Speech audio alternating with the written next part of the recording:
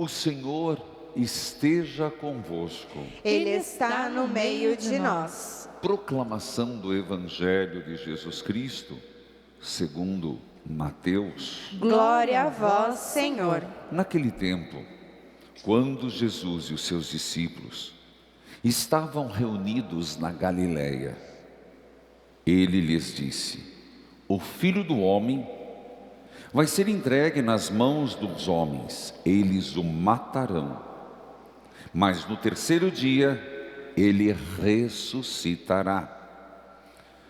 E os discípulos ficaram muito tristes.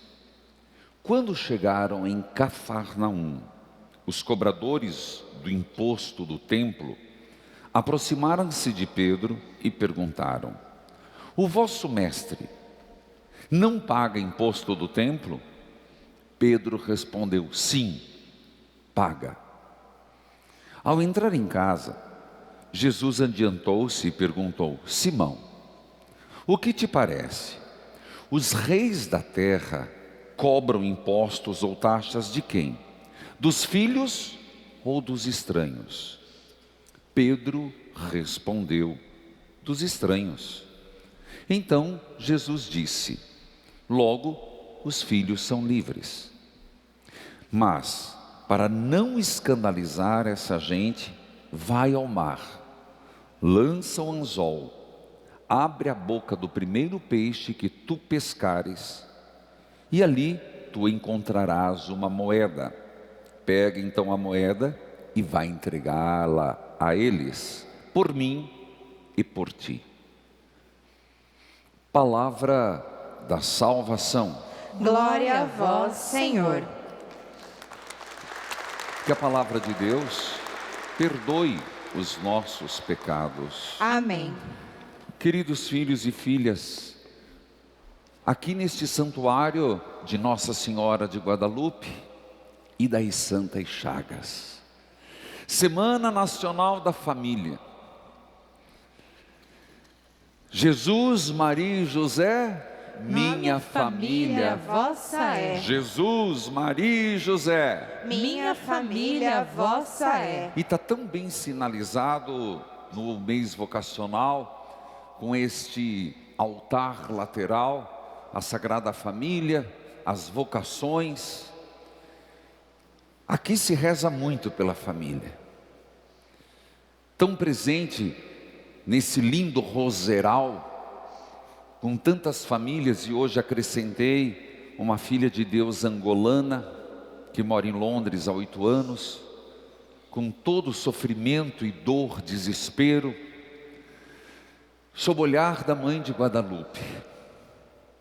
Semana Nacional da Família, e nós temos um presente de Deus, que é o Evangelho de hoje.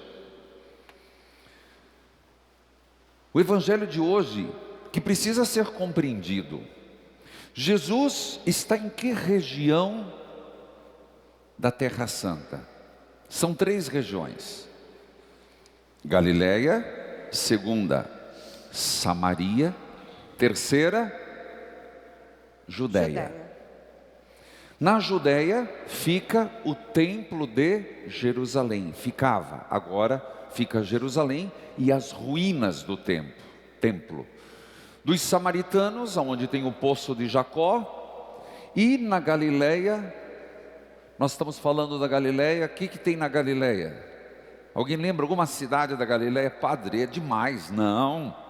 Na Galileia nós temos Nazaré, na Galileia nós temos Cafarnaum, que são as 2 cidades importantes no momento. Jesus era de que estado? Paranaense, mineiro, Piauí, era do quê?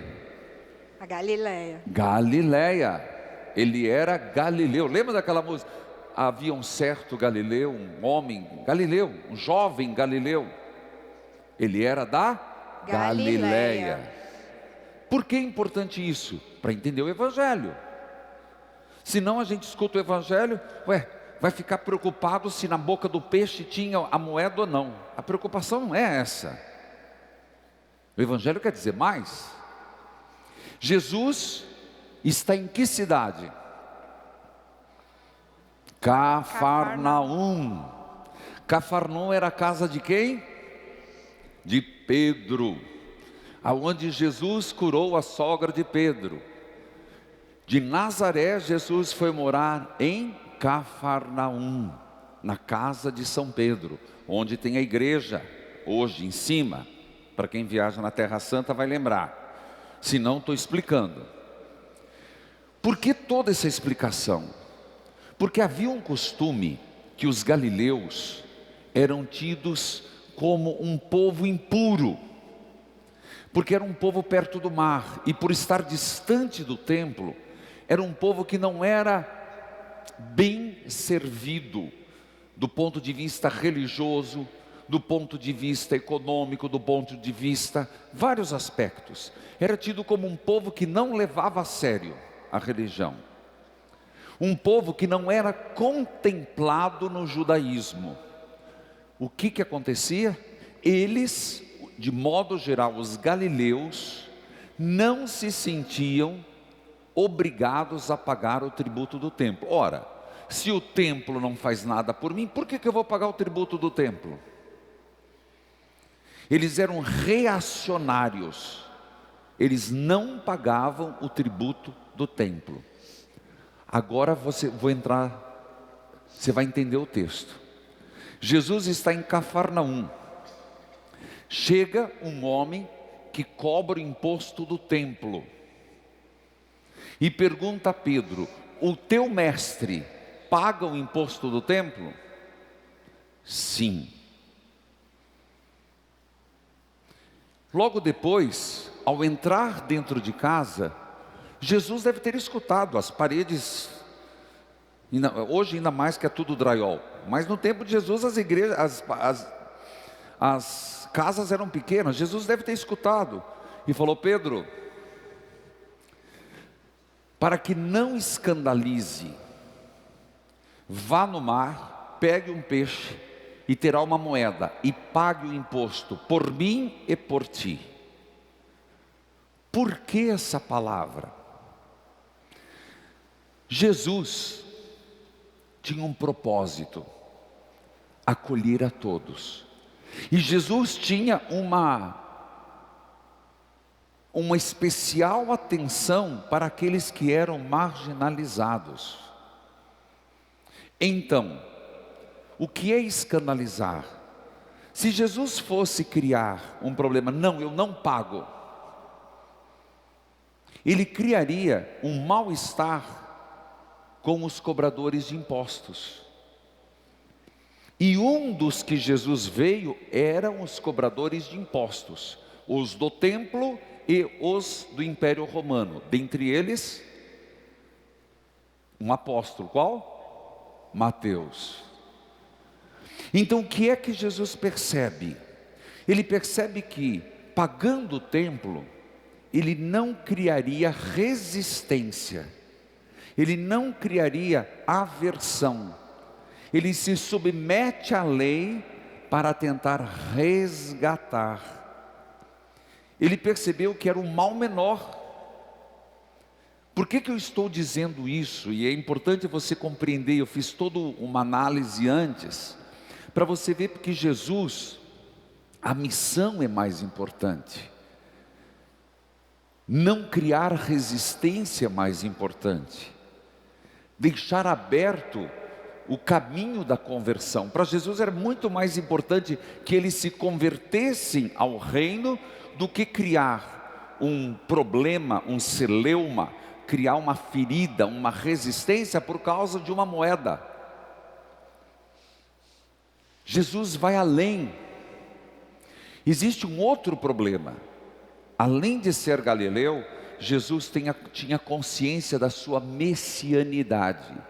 Ele era filho de Deus. Ora, por isso ele pergunta a Pedro, agora você vai entender: Pedro, se cobra imposto de filhos ou estranhos? De estranhos. Então Jesus diz: eu sou filho, e sendo filho, por que eu vou pagar o meu pai? Também seria outro motivo que levaria Jesus a dizer: eu não vou pagar. Então, Jesus é capaz de ir além disso para não causar escândalo, para não causar resistência, para não causar por coisas pequenas motivos para as pessoas não aceitarem a sua palavra. É uma grandiosidade de Jesus isso, é uma liberdade.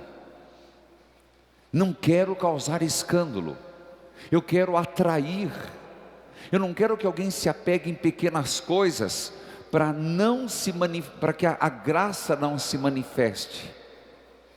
Da nossa parte, às vezes também nós não somos motivo de tropeço para o outro, de escândalo, de contra-testemunho, de mau exemplo, de ficarmos às vezes com picuinhas, com coisas pequenas.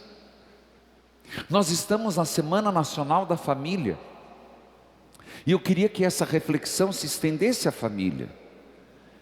Eu propus no programa e proponho agora, que nessa semana, você seja criativo e seja propositivo. Criativo e propositivo de que forma?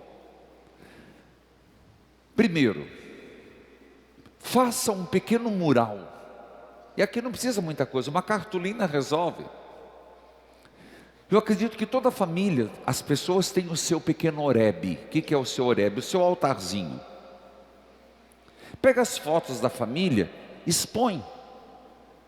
Ou na mesa, em algum lugar. Vai despertar curiosidade. Ué, por que você está colocando essas fotos?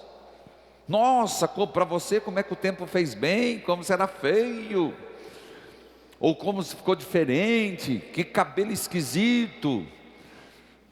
Que muda, é só passar alguns anos já muda a moda, até dos cabelos, e começa a dar risada. Seja criativo e propositivo. Se você sabe que na família o pessoal gosta de alguma comida, por que não fazer uma comida a mais e falar, venham aqui em casa comer? Uma quirera, comer uma dobradinha, comer uma feijoada. Não é comida. Esperto, como diz Jesus, sejamos espertos como as serpentes. Às vezes a gente precisa pegar o outro pela barriga. Às vezes é verdade. Mãe sabe muito bem disso. Dá uma caprichada, reúne a família. Gente, como é importante família unida. Pelo amor de Deus, desliga a televisão. E por que não, nessa semana da família, não causar um momento de união de família? Naquele momento, mas eu preciso rezar o terço, que bom se acontecer. Mas o simples fato de estar junto, já é uma graça de Deus. E de repente a gente vai se dar conta, que foram tão pequenas coisas que Jesus superou, foi maior. E às vezes a gente é o limitador de nossos lares. Às vezes nós vamos nos dar conta de que há tanto mais a somar do que a subtrair. Sermos criativos, propositivos e acreditar na família, o evangelho, a alegria, o entusiasmo. Cada um faça do seu jeito, mas nessa semana que vai entre o Dia dos Pais ontem e a Assunção de Nossa Senhora domingo, faça alguma coisa a mais pela sua família. Hoje, eu nunca venho com o celular para a missa, e não se escandalize que eu fiz, porque nós estamos fazendo a leitura orante de Eclesiástico.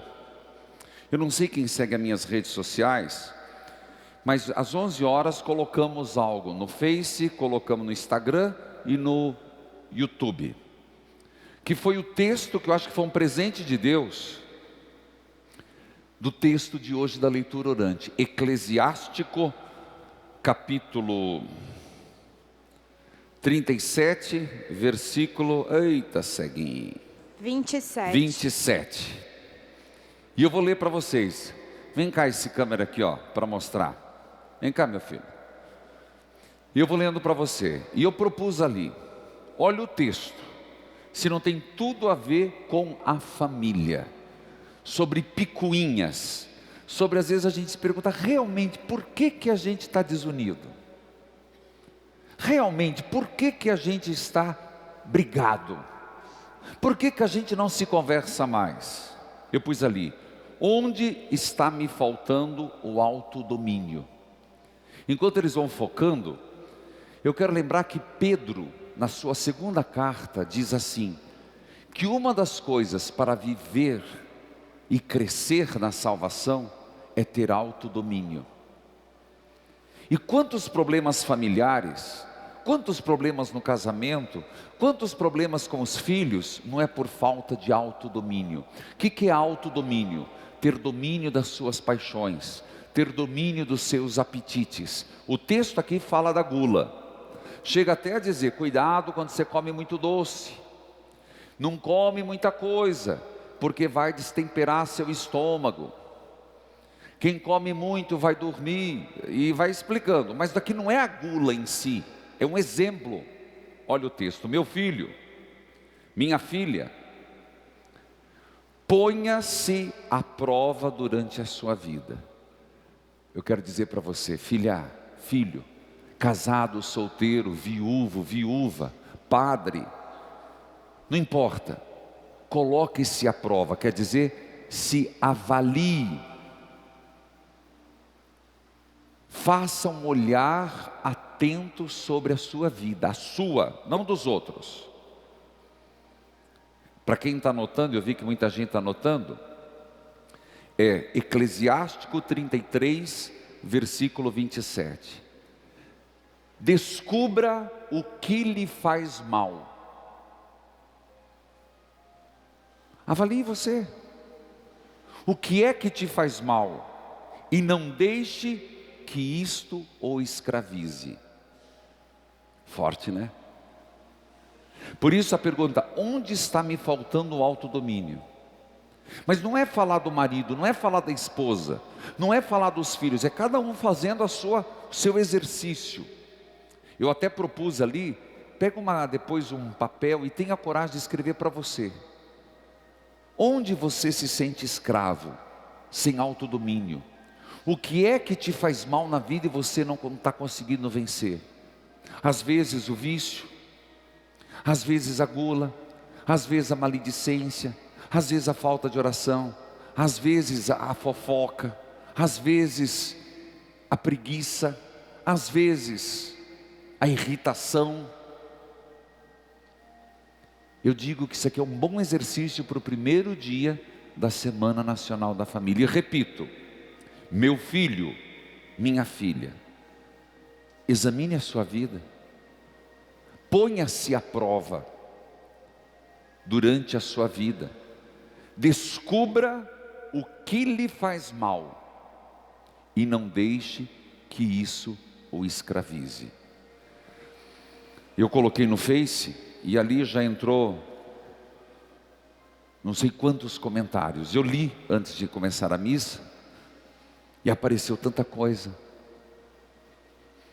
Tanta coisa, não precisa escrever aqui, mas que cada um faça seu exercício, cada um faça a sua autoavaliação, cada um nessa abertura da Semana Nacional da Família, olhando para Jesus que foi capaz de superar. Ele podia criar ali uma confusão, não, eu sou filho de Deus, eu não preciso pagar, não, eu sou galileu, eu não vou pagar, não. Ele soube relevar em vista de um bem maior. Às vezes a gente não tem tolerância. Veja, Jesus tinha verdade, tinha motivações e relevou. Às vezes a gente faz da nossa verdade um campo de batalha. A verdade sem caridade não significa ser coisa boa. A verdade sem misericórdia pode nos fazer crápulas. Semana Nacional da Família. Termino dizendo, seja criativo, mais um na tua família. Deus te dá a graça. Mas nada melhor do que a gente primeiro olhando para si mesmo. Isso nos fará melhores no acolhimento, no perdão, na misericórdia. Amém.